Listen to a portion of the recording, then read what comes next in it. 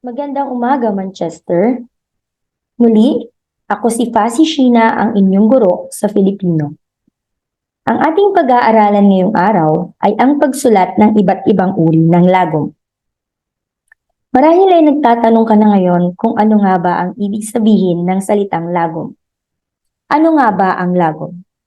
Ito ay ang pinakasimpleng bersyon ng isang sulatin o akda. Kagaya ng pagkakaroon ng pagpapaikli ng mga punong salita na ginagamitan ng kudlit sa wikang Filipino, tulad ng inyong nakikita sa inyong screen, ang salita ay pinaikli ngunit patuloy pa ding naiintindihan ang mga salitang binabanggit.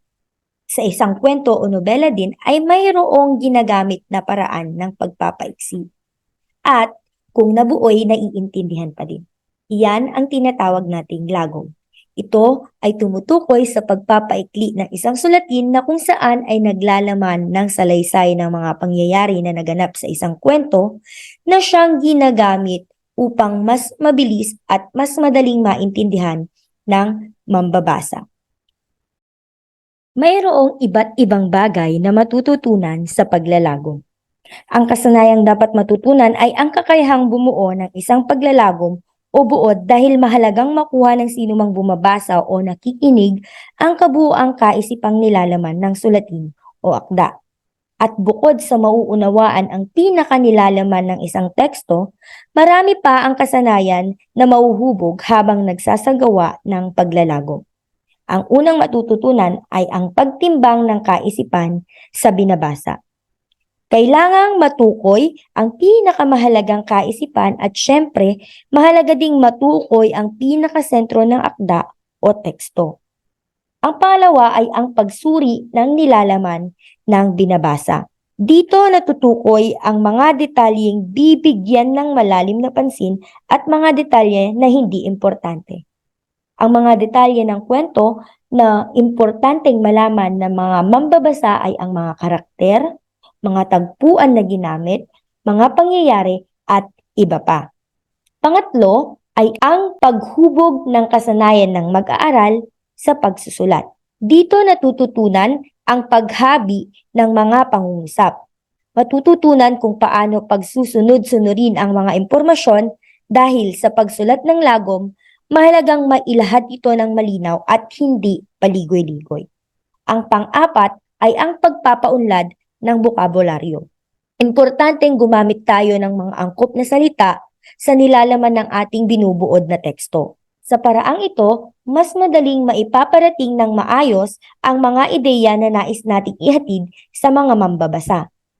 Ngayong natutunan na natin ang mga mahalagang bagay na ating dapat matutunan sa paggawa ng lagom, atin namang suriin ang iba't ibang uri ng lagom na mayroon sa Filipino. Ang una dyan ay ang abstract. Ayon kay Philip Cookman sa kanyang aklat na How to Write an Abstract 1997, bagamat ang abstract ay maikli lamang, tinataglay nito ang mahalagang elemento ng isang sulating akademiko tulad ng introduksyon, mga kaugnay na literature, metodolohiya, resulta at konklusyon. Ito ay isang uri ng lagom na karaniwang ginagamit sa akademikong pagsulat.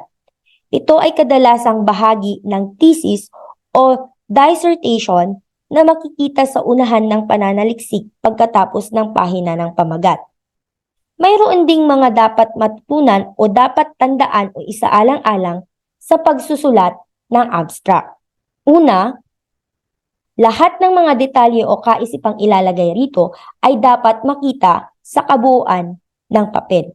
Ito ang pinakabuod ng isang buong akdang akademiko o ulat, kaya naman dapat makita sa kabuuan ng papel lahat ng detalyeng gusto mong ilagay sa abstract.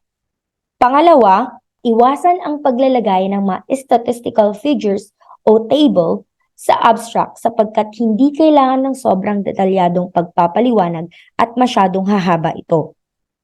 Kailangang iwasan ang paglalagay ng statistical figures at mga tables na naglalaman ng detalye na iyong tinutukoy sa iyong abstract. Ang halimbawa nito ay mga pie graph, bar graph, diagram, table, chart, at matrix. Pangatlo ay ang paggamit ng simple at malinaw na pangungusap. Hangga't maaari ay kailangan mong gumamit ng mga simple at malinaw na mga salita sa isang pangungusap. Kung maaari ay kailangang pamilyar na mga salita ang gamitin upang mas maayos ang daloy. Sa pamamagitan ng tamang mga konektor ng mga salita ay mas maayos mong maipaparating ang iyong mga kaisipan. Dapat objektibo lamang at hindi kailangang ipaliwanag lahat ng kaisipan. Sapagkat sa pang-apat ay kailangan mo itong gawin ng maikli ngunit komprehensibo. Sa paraang ito, mas mauunawaan ng mga mambabasa ang nais mong iparating sa iyong abstract. Dumako naman tayo sa mga hakbang sa pagsulat ng abstract. Una, ay kailangan mong basahin ng mabuti ang akademikong salatin sa paggawa ng abstract.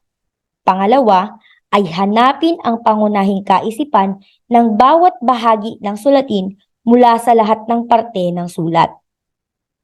At isulat ito ayon sa pagkakasunod-sunod ng mga bahaging ito sa kabuuan ng papel. Susunod, ay basahin muli ang abstract. Suriin kung may mga kulang na detalye na dapat na isama rito. At ang pangpinali ay isulat ang pinal na sipi nito. Yan ang mga iba't ibang hakbang sa pagsulat ng abstract. Dito naman tayo sa sumunod na uri ng lagom. Ito ay ang tinatawag na sinopsis o buod. Ito ay isang uri ng lagom na kalimitang ginagamit sa mga akdang naratibo. Kapag sinabi nating naratibo or akdang naratibo, maaari itong kwento, salaysay, nobela, dula, parabola, talumpati at iba pa. Narito ang isang halimbawa ng sinopsis ng nobelang 1,001 Gabi.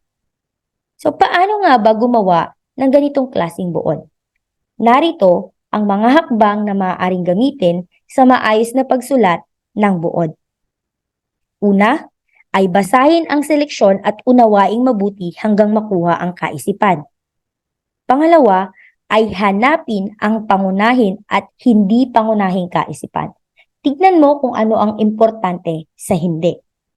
Pangatlo, ay habang nagbabasa, magtala at magbalangkas.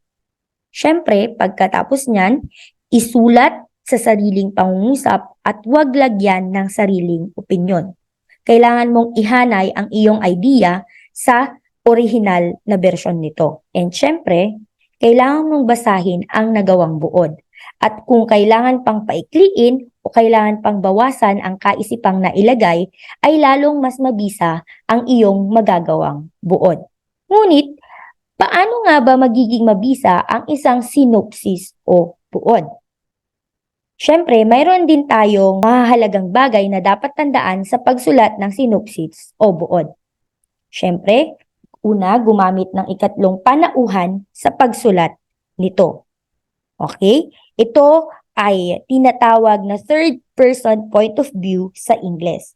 Ito ay dahil hindi tungkol sa atin mismo na nagsusulat ang ating ginagawan ng sinopsis. Kaya naman, nararapat lang na ito ay isulat sa ikatlong panauhan. Pangalawa, isulat batay sa tono ng orihinal na sipi. Kung malungkot ang akda, dapat maramdaman din ito sa buod. Nararapat lamang na bigyang hustisya ang ginagawa ng sinopsis sa pamamagitan ng pagsunod sa orihinal na tono at tema ng akda.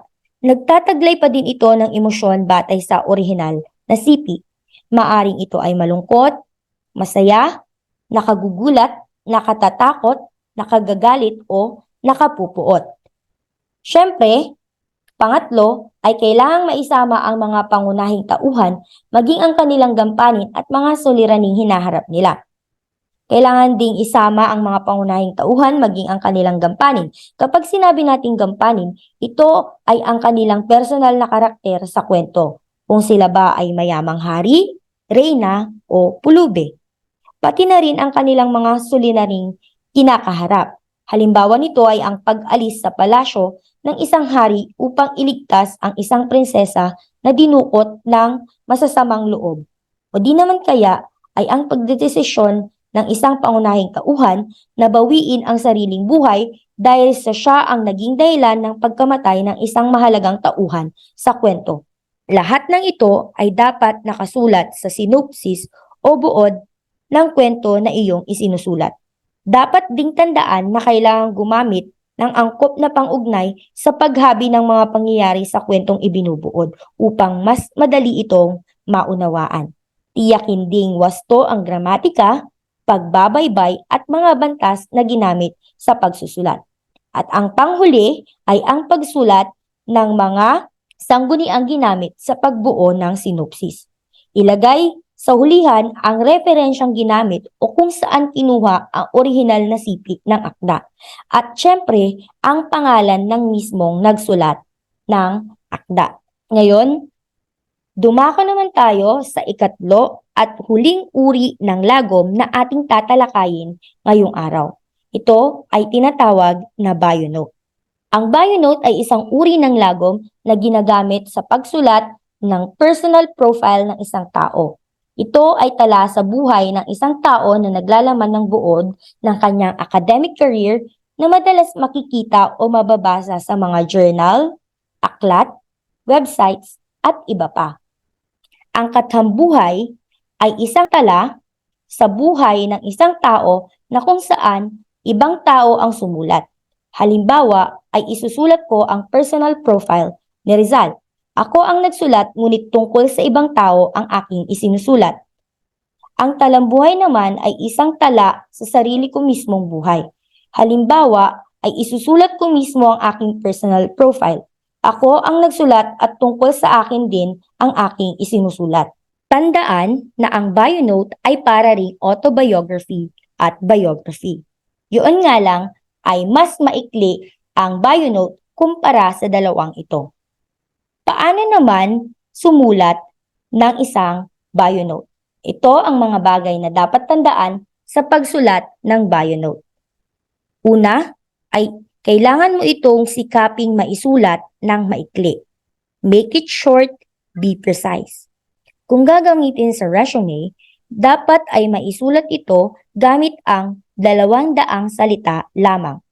Kung para sa networking sites, sikaping maisulat sa loob ng 5 hanggang 6 na pangungusap. Siyempre, simulan mo ito sa pagbanggit ng personal na impormasyon o detalye tungkol sa iyong buhay. Maaari ring maglagay ng detalye tungkol sa iyong mga interes. At siyempre, itala rin ang iyong tagumpay. Piliin ang 2 o 3 na pinakamahalagang tagumpay ng iyong buhay.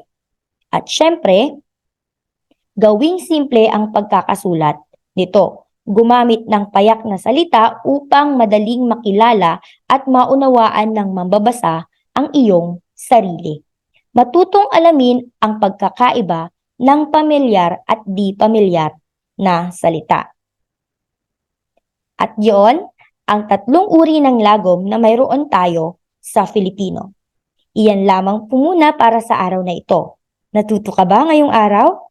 Naway mayroon kang napulot na aral sa ating maikling diskusyon ngayong araw. Maraming salamat sa pakikinig. Bye!